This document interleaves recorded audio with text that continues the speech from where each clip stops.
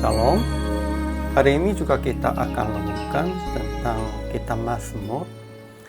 Teksnya Mazmur pasal 112 dan 113. Pasal-pasalnya sudah jadi paragraf. Paragraf yang pertama pasal 112 ayat 1 sampai 10.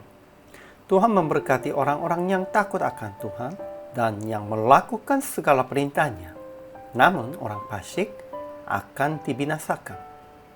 Paragraf yang kedua pasal 113 ayat 1 sampai 9. Tuhan merendahkan diri untuk melihat dunia, menegakkan orang yang hina, mengangkat orang miskin, dan memberi anak kepada perempuan yang mandul. Ia layak dipuji, dan kita akan memujinya dari terbitnya sampai kepada terbenamnya matahari.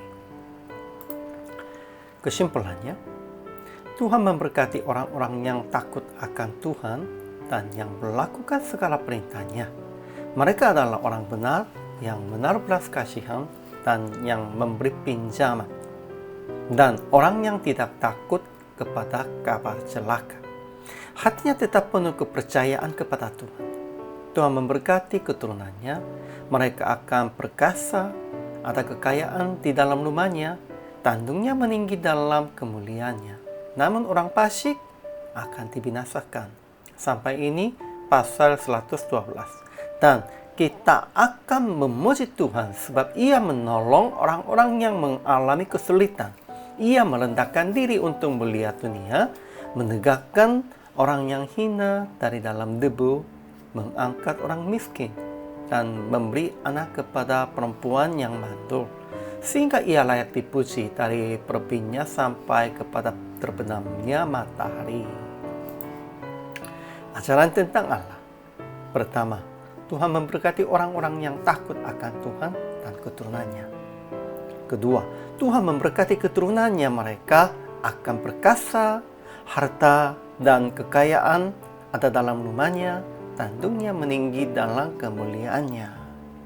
Ketiga, Tuhan merendahkan diri untuk melihat dunia dan menolong orang-orang yang dihina, yang miskin, yang tidak beranak. Begitu belas kasihan Tuhan.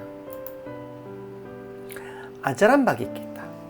Kita takut akan Tuhan melalui menaruh belas kasihan dan memberi pinjaman, dan orang yang tidak takut kepada kabar celaka. Hatinya tetap penuh kepercayaan kepada Tuhan. Keduanya, percaya bahwa Tuhan akan memelihara dan menolong kita pada saat dihina, miskin, tidak beranak, dan jatuh dalam kesulitan. Kita harus percaya ini. Aplikasinya, pertama, tetap belas kasihani dan menolong orang-orang dengan pinjaman, bantuan, dan lain-lain dengan hati Tuhan. Ada banyak orang yang perlu pinjaman, bantuan, begitu. Tuhan sudah tanggung jawabnya begini. Keturunan orang benar pun juga melakukan begini. Kita juga harus melakukan demikian itu. Kedua, jangan merasa takut dalam kesulitan dan hanya takut akan Tuhan seterusnya. Ya, janganlah merasa takut untuk di dunia ini. Hanya takut akan Tuhan saja. Kalau begitu, Tuhan akan membuat kokoh kehidupan kita. Ketiga, merendahkan diri untuk melihat dengan pandangan orang-orang dihina, orang-orang miskin, orang-orang yang masih kecil. Kita harus merendahkan diri untuk melihat dengan pandangannya mereka. Kalau begitu, PR praktiknya demikian itu. Merendahkan diri untuk melihat kondisi-kondisi orang miskin, dihina, dan yang perlu bantuan.